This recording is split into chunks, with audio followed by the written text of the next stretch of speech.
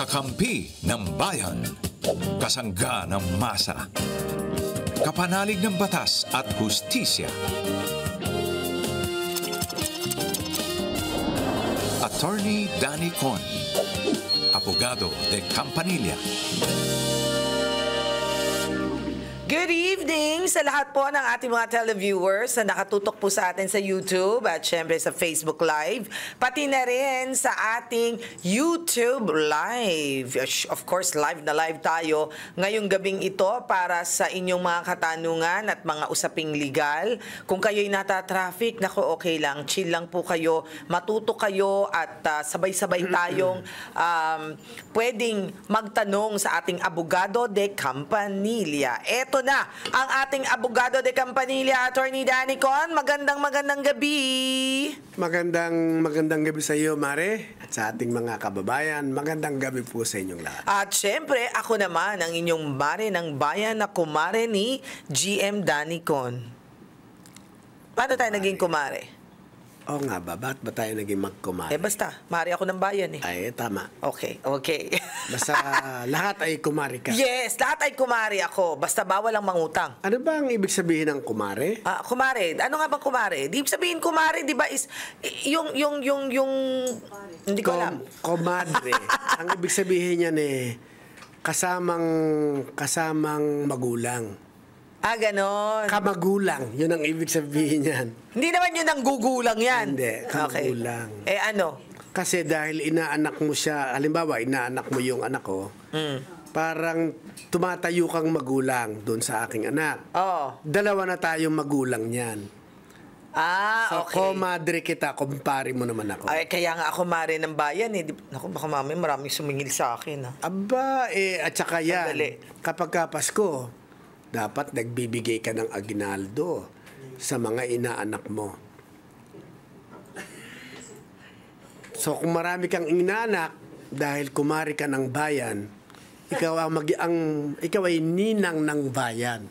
Ayan. Ang tawag ko dyan, mahina signal, di kita narinig. Okay. At dahil dyan, pwede ho kayong mag-text sa amin, sa aming Globe at Smart. Go ahead, Attorney. Globe, 0954-310-0331. Smart, 0961-770-8807. Ayan ang energy. Ay, kung masyadong mabilis, nakasulat naman po andun. Ayan. Dyan naman Ayan. pala. Sulat naman pala di ba? Eto na ang mga katanungang legal na tanong ng ating mga kababayan, mga kumare. Si Kumaring Camille. Paranaque? Ng Paranaque. Hindi Las Piñas, ha? Hindi Las Piñas. Paranaque. Kasi kung Las Piñas, baka Bilyar ang apelido. Ay, pwede. May case po ang asawa ko at nakapagpiyansa po kami. Ang problema po ay sangkot ulit sa panibagong kaso on illegal drugs at nakulong. Di na po ba siya pwedeng magpiyansa ulit o tuluyan na po siyang makukulong? In short, nagpiyansa. May another criminal offense na nagawa. Yung apo, hindi. Siya pa rin, the same person. The same person. Oo. It's the same person. So dahil, criminal offense din. Pwede ba siya magpiyansa? Oo naman. Ang dami naman piyansa niyan. Hindi gawa ng masama. Hindi kasi, alam mo, hanggat hindi ka nasa sentensyahan, ikaw ay pinipresume na innocent. At ang isa sa mga karapatan ng isang innocent ay magpiyansa. So maski pa pang-apat na kaso na niya yan, pero wala pa namang puro lakatay pending, wala pang sentensyang siya ay kinukonvict, entitled siyang magpiyansa. Ay, ganon. Kasi nga, kumbaga, hindi ka pa nagiging criminal talaga. Sa mata ng batas, inosente ka pa. Inosente ka pa. Okay. Meron pang possibility na pine-frame up ka lang. Yun naman lagi sinasabi. Frame up. Pero baka totoo. Diba? Sige. So, pwede ka pa magpiyansa kung may pera ka. Kasi kung wala ka ng pera, or kung kung available. Tama. Kasi Isa pa kung rin yun. hindi available, maski gusto mo magpiyansa, hindi ka makakapiyansa. Illegal drugs yung kanya, ha? Patingin nga ulit, illegal drugs, di ba? Illegal drugs. Ang illegal drugs ba, may piyansa? Kung kaunti lang yung nahuli sa'yo at hindi ka naman pusher, ang tingin ko ay makakapapiyansa ka. Okay. Alam mo, sa tingin ko, dapat pinagsama-sama talaga yung mga kaso ng ganyan eh. Alam mo, meron lang akong meron lang akong question sa'yo. For example, proven na sa bagay, hindi pala siya magiging proven kasi kung hindi pa siya nahahatulan Wala ng pang korte. conviction eh. Pero kahit na ilang beses siyang nagnakaw at maraming tumuturo sa kanya, dahil nakakalagpas siya ng kulungan dahil walang totoong tumatayong complainant sa kanya. Hindi ba pwede na pagsama-samahin lahat ng complainant at pwede bang estado na ang sa kanya, humatol sa kanya? Hindi, estado namang lahat yan eh. Pati nga yung uusig sa kanya, huhuli sa kanya. Kaya pala, estado people lahat of yan. the Philippines Yes, versus ang unang huhuli sa kanya, pulis. Estado yan. Ang magsasampa ng kaso sa kanya, piskal. Estado yan. Tapos ang magliliti sa kanya, uusigin siya dun sa husgado ng piskal. At kung siya walang pambayad sa abogado, baka nga pumunta pa siya sa PAW. Hindi, ang tanong ko, Estado rin. Ngayon, yung magdidesisyon at magbibigay ng hatol, yung judge, estado rin yun. So, lahat yan ay, estado ang nagpapalakad sa lahat. okay. Ngayon, ang tanong mo ngayon dyan, pwede bang ipon-ipunin na? Oo. At estado na? Hindi, estado namang lahat yan eh. Hindi, pero kunwari, bakit sinasabi nila ay kasi wala nang complainant kaya hindi natuloy yung kaso? Pero paulit-ulit yung ginagawa yun. Di meron na namang uling complainant. Paano kung umuurong na yung complainant lagi? Ang pagka-illegal drugs, ang complainant dyan ay ang state. Hindi umuurong ang state sa complaint. Pero ang robbery, ang theft, Ay kasi baka merong ninakawan na pribadong tao. oo. Kung ayaw nang mag-testify nung ninakawan. Yun nga, hindi ba pwedeng pagsama-samahin dahil lagi siyang nandun sa kulungan labas-pasok? Lagi siyang iba-ibang ninakawan, iba-ibang pinagkasalaanan. Kaya nga, pero hindi ba nakikita ng Estado na itong taong to parang hindi na siya fit na mailabas para sa society dahil ilang beses na siya nagnanakaw? Wala pa nga conviction na nagnakaw nga. Paano kung na-acquit? Hindi naman pala nagnakaw. Di ba? Kaya nga hanggat walang conviction. Pakipatay nga yung sounds ni. Walang conviction, wala siyang hindi siya magnanakaw.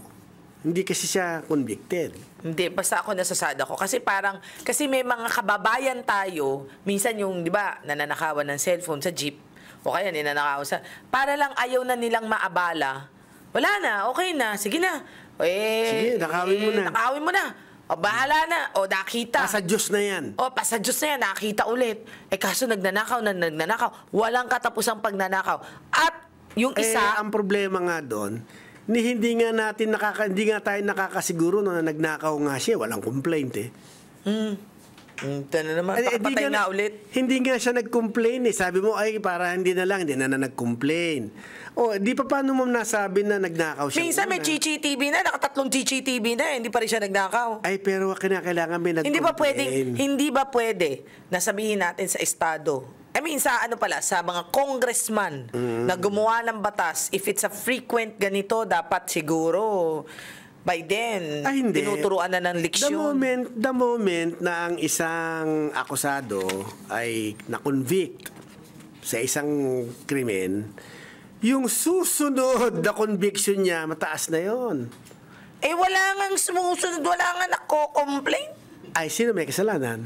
Taong bayan. Kaya nga, yung mga ayaw mag-complain, huwag kayong magreklamo na hindi napaparusahan yung mga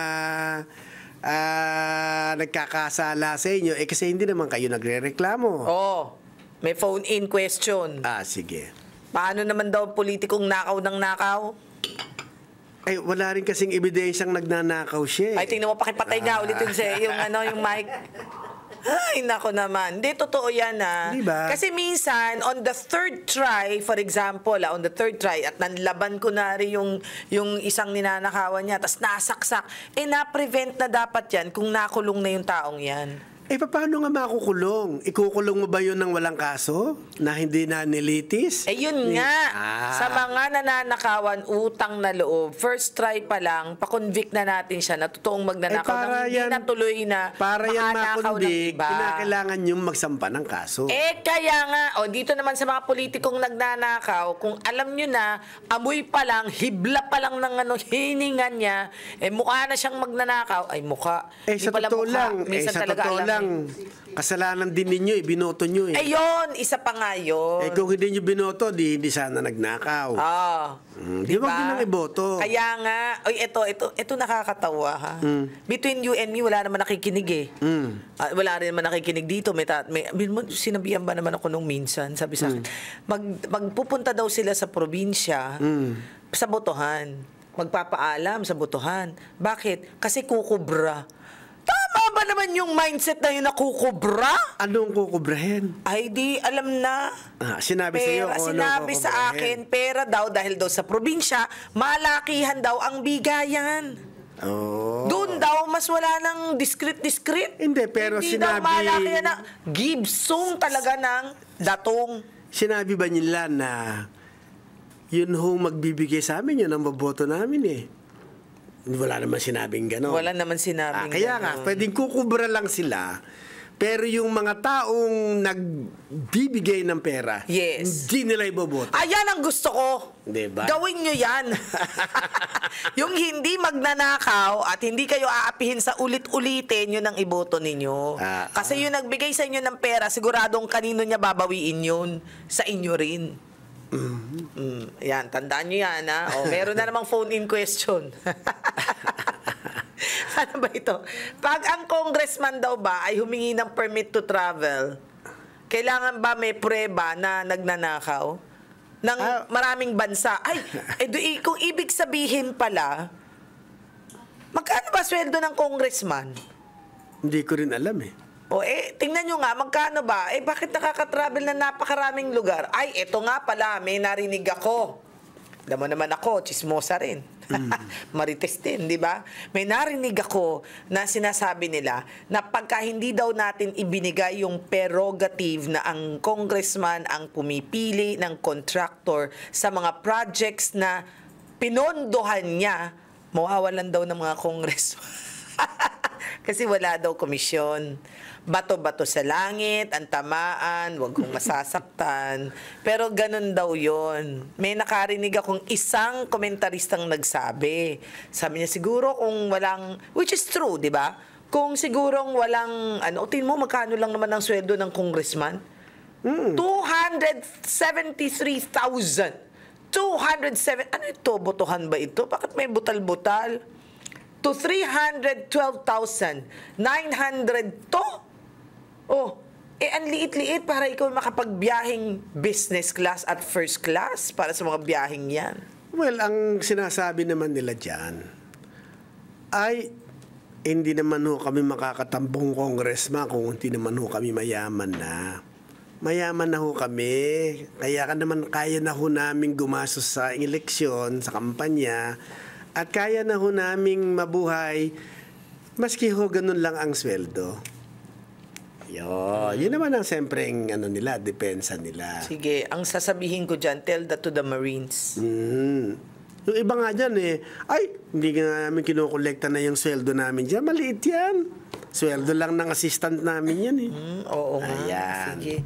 Pero hindi naman ho namin nila lahat ng kongresista ha. Baka masaktan naman lahat ng mga kongresista. Hindi naman lahat. Siguro mga 3/4. Hindi, joke lang. Sana bato-bato sa langit, pagtamaan, talagang masakit ang katotohanan, di ba? Kaya anyway. Ayoko nang tumakbo sa politika eh. Di ba dati naging ka rin? Naging congressman ka. Magkano sweldo mo dati? Mga ganun nga. Panahon pa ng Makopa, ganyan na? Ba't ganun? Kasi nasa constitution yan eh. Ang alam ko, nasa constitution. Ang tagal-tagal mo nang tumakbo, ganun pa rin? Hindi tumaas? Hindi nila tinataas. Ako ba tumaas? Di naman. Kaya nga. Ganun pa rin. Alright. Ito naman. Si Miko ng Tagig. May tanong sa'yo. Attorney. Miko, magandang gabi.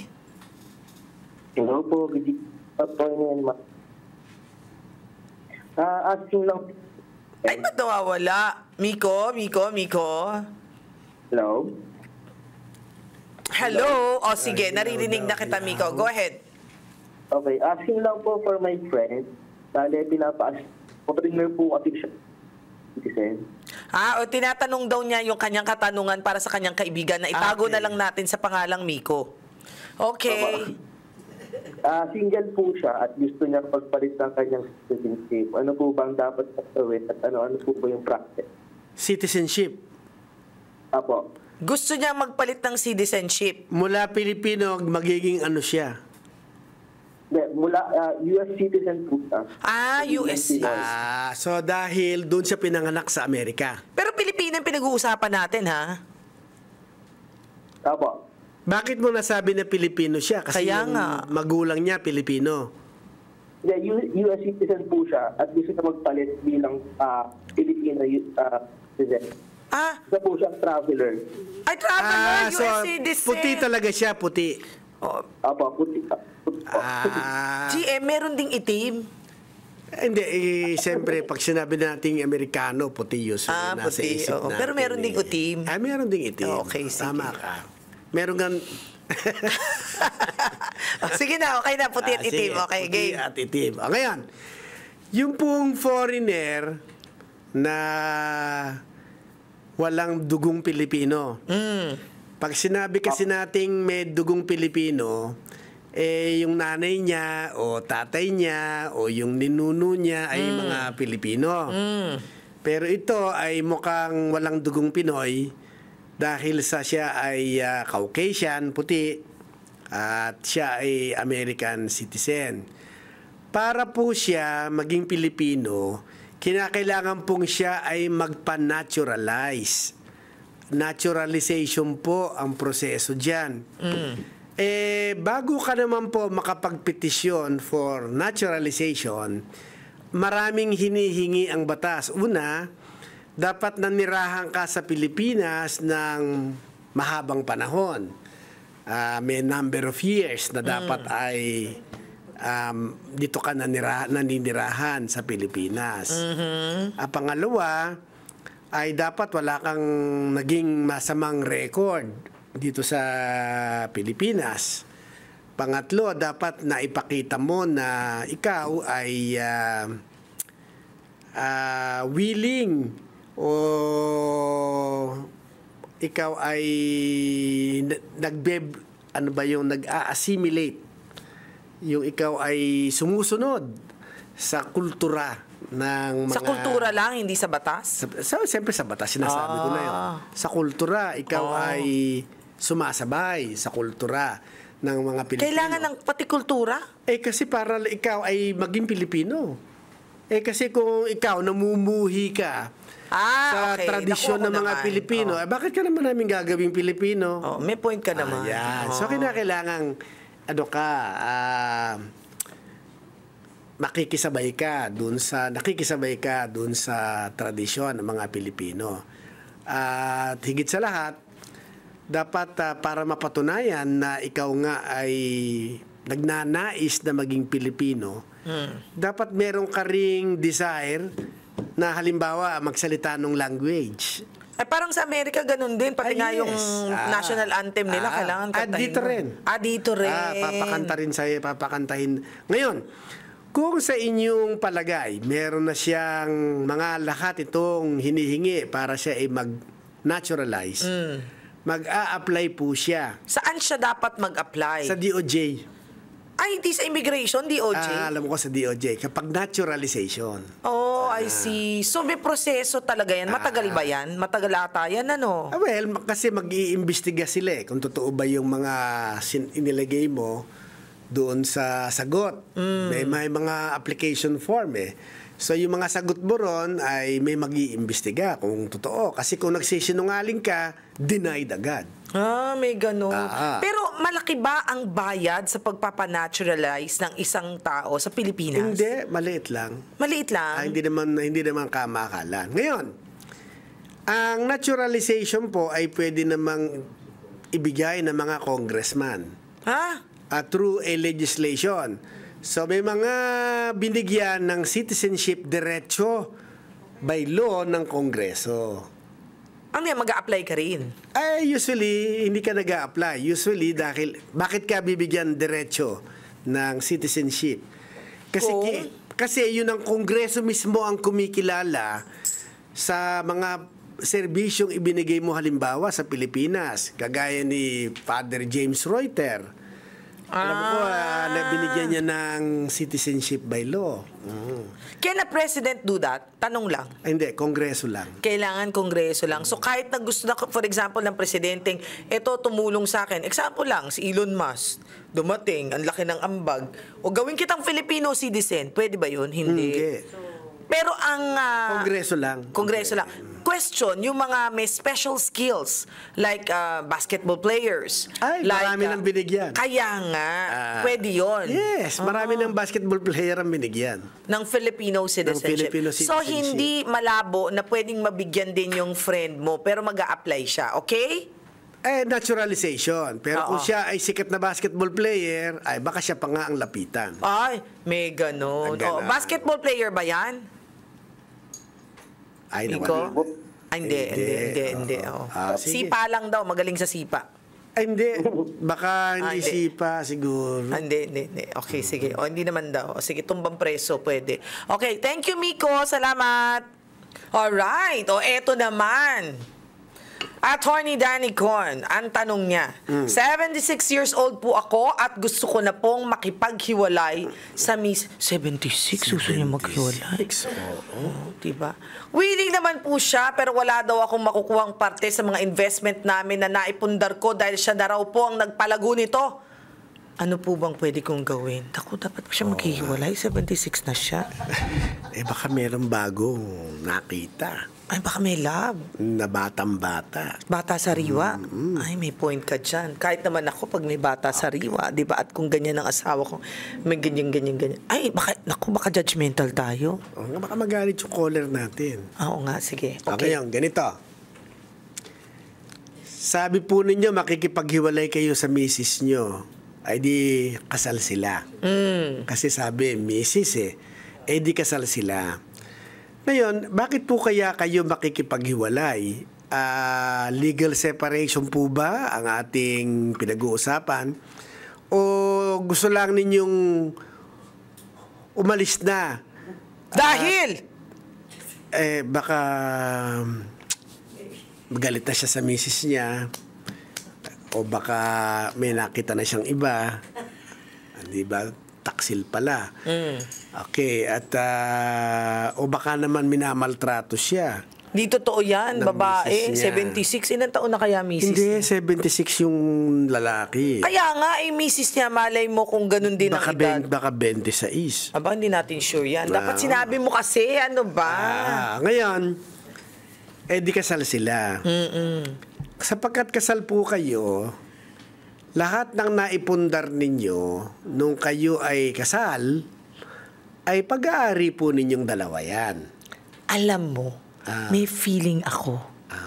May feeling ako. May kutob ka. May kutob ako. Yung siguro yung babae, halos kasing idaran lang niya. Kasi yung investment nila Just imagine yung investment, wala daw makukuhang parte ng investment na naipundar ko. Pero imaginein mo. Sabi niya. Imaginein mo, ha?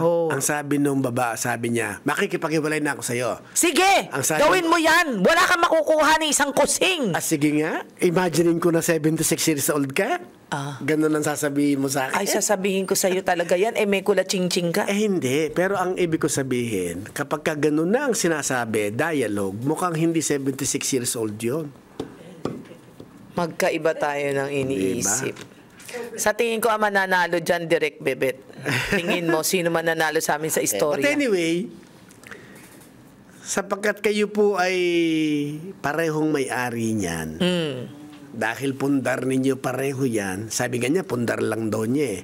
Hindi po, maski pundar lang ninyo yan, pero pinundar nyo na mag-asawa kayo, pundar din po ninyong dalawa yan. At hati kayo dapat. No matter what. Kasi habang sila'y kasal. Kaya hindi po totoo yung sinasabi niya na mawawalan kayo ng parte.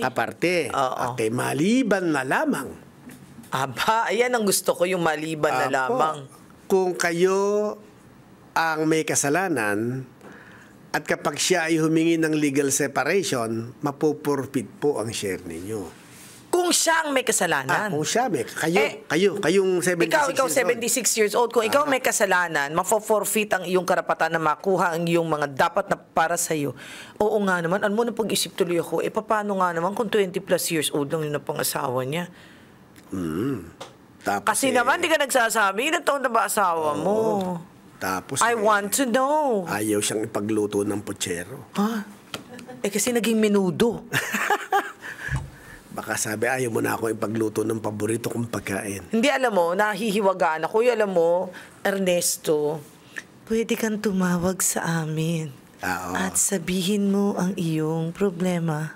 Para matanong namin kayo sa mga detalye. Yan. At nang maturuan namin kayo. Lalo ito kasama ko. Chismosa to.